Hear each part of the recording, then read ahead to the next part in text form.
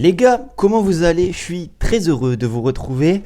Aujourd'hui, nous allons parler d'un sujet actuel qui fait beaucoup de bruit parce que c'est en ce moment que ça se passe, la Coupe du Monde des clubs. Alors bon, la Coupe du Monde des clubs, vous avez bien entendu parler de cette compétition tout au long de la saison, on nous a baratiné avec la Coupe du Monde des clubs étant fin de saison. Peut-être que ça peut faire en sorte à l'un de gagner le Ballon d'Or, à l'autre d'avoir plus de titres. C'est une vérité, la Coupe du Monde des clubs existe depuis 2010. C'est pour ça que je vais vous expliquer le format de cette année qui a complètement été changé. Alors bon, la Coupe du Monde des clubs de base, c'était quoi? C'était les meilleurs clubs de chaque continent, on va dire, qui s'affrontaient dans une demi-finale, donc demi-finale, finale ensuite. C'était sur 2 matchs dans un laps de temps très court. City l'a gagné, le Real a gagné, le Barça l'a gagné, plein d'équipes l'ont gagné. C'est quelque chose qui existe depuis vraiment un moment maintenant, donc depuis plus de 15 ans. C'est quand même une compétition qu'il faut prendre au sérieux quand on la joue. Sauf que là, le format a été changé. 32 équipes comme une Coupe du Monde normale, 31 équipes a été sélectionnées sportivement, dont une équipe invitée qui est l'Inter Miami.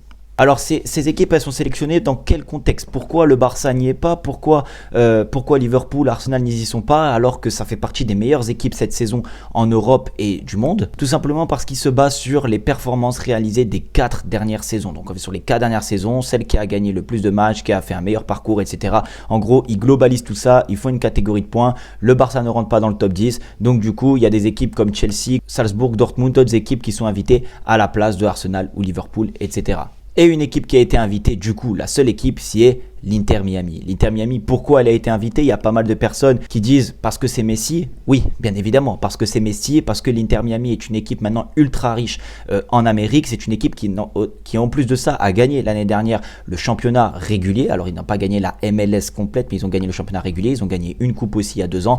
Donc, sur les 4 dernières années, ça reste quand même une équipe compétitive. Donc, ça se passe la majeure partie des matchs à Miami. Pas un scandale qu'ils soient invités. C'est peut-être pas la meilleure équipe de MLS, mais c'est pas un scandale et on le sait très bien. Pour les droits TV, pour même l'attraction autour de cette compétition, avoir un joueur comme Léo Messi qui peut affronter le PSG, le Real Madrid ou d'autres équipes, ça fait toujours un peu plus rêver. Je vais vous donner vraiment mon avis sur cette compétition à la fin, mais je vous explique point par point le contexte, est-ce que c'est utile, etc. Déjà, moi j'ai du mal avec le contexte de cette compétition qui arrive en fin de saison à 32 équipes, c'est quand même beaucoup. Déjà que les joueurs ont énormément de matchs toute la saison, les équipes plus de 60-50 matchs, c'est vraiment énorme, mais on compte la sélection nationale et tout.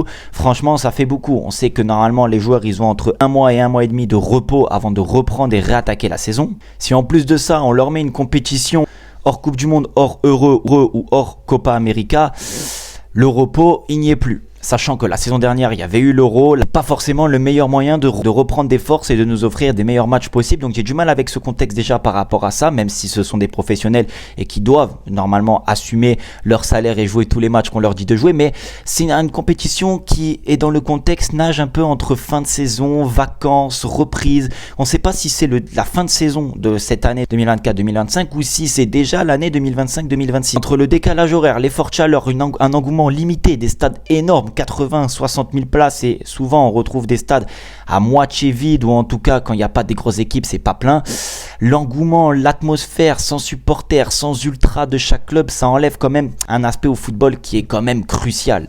Là, cette Coupe du Monde, elle n'a pas vraiment d'engouement, déjà c'est hyper loin. Il y a quand même une grande partie des équipes européennes ou africaines et pas la porte à côté, le fuseau horaire, la chaleur, en plus de ça, nous on est obligé de regarder des matchs à 2h, minuit, c'est pas facile, vraiment c'est pas facile.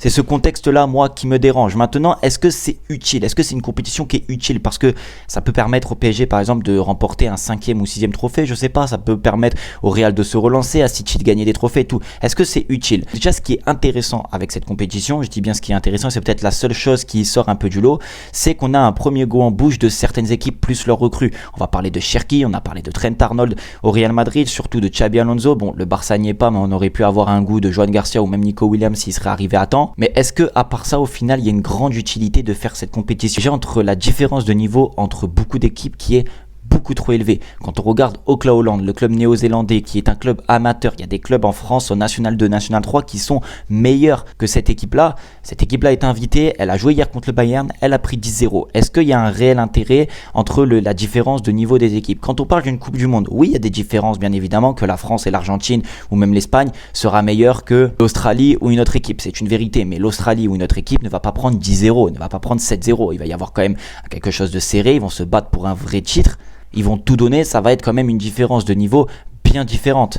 On peut même parler de Miami. Alors oui, il y a Lionel Messi, mais quand on regarde l'équipe de Miami autour de Lionel Messi, à part Luis Suarez et encore Suarez qui est en difficulté cette saison et un Sergio Busquets qui est en fin de vie, l'équipe elle fait très très très peur. C'est peut-être l'équipe la plus faible de la compétition avec le club néo-zélandais. Donc est-ce qu'il y a une vraie utilité de faire ce genre de compétition, mis à part gagner de l'argent, faire en sorte qu'il y ait plus de matchs, faire en sorte qu'il y ait plus de grosses affiches sur la fin de la compétition? Sincèrement, je trouve que c'est pas forcément utile.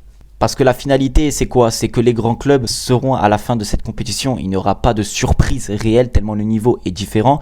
Alors, c'est vrai, dans toutes les compétitions, c'est souvent ça. Les meilleures équipes ressortent en général. Mais là, il va pas y avoir débat, il va pas y avoir match. C'est ça qui est difficile. Dites-moi, vous, ce que vous en pensez par rapport à ça. Maintenant, si je devrais clôturer un petit peu cette Coupe du Monde des clubs, je la trouve intéressante dans le premier goût en bouche qu'on pourrait avoir de la saison prochaine. En fait, il aurait fallu faire en sorte que cette compétition se fasse en sorte de préparation, réduire le nombre d'équipes et faire une sorte de mini-compétition pour la préparation de la saison prochaine. J'aurais vu les choses comme ça. Alors c'est une Coupe du Monde des clubs, c'est important, c'est un trophée qui est reconnu par la FIFA, donc qui doit être gagné dans de bonnes conditions.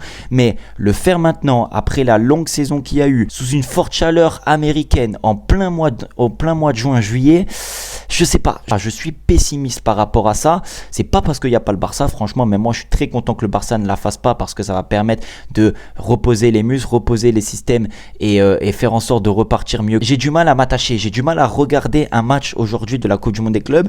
Hier, j'ai mis le PSG Atlético. On en a fait un boucan pas possible avec le PSG Atlético.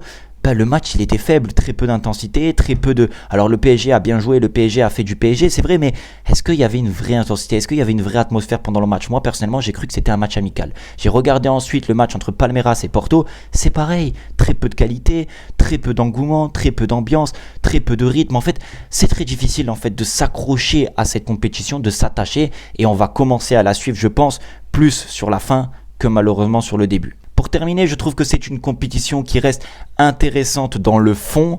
Maintenant, la faire à 32 équipes et la faire en plein mois de juin-juillet en Amérique avec une trop grande différence de niveau, je trouve que ça casse en fait le plaisir de pouvoir passer un été avec des rencontres.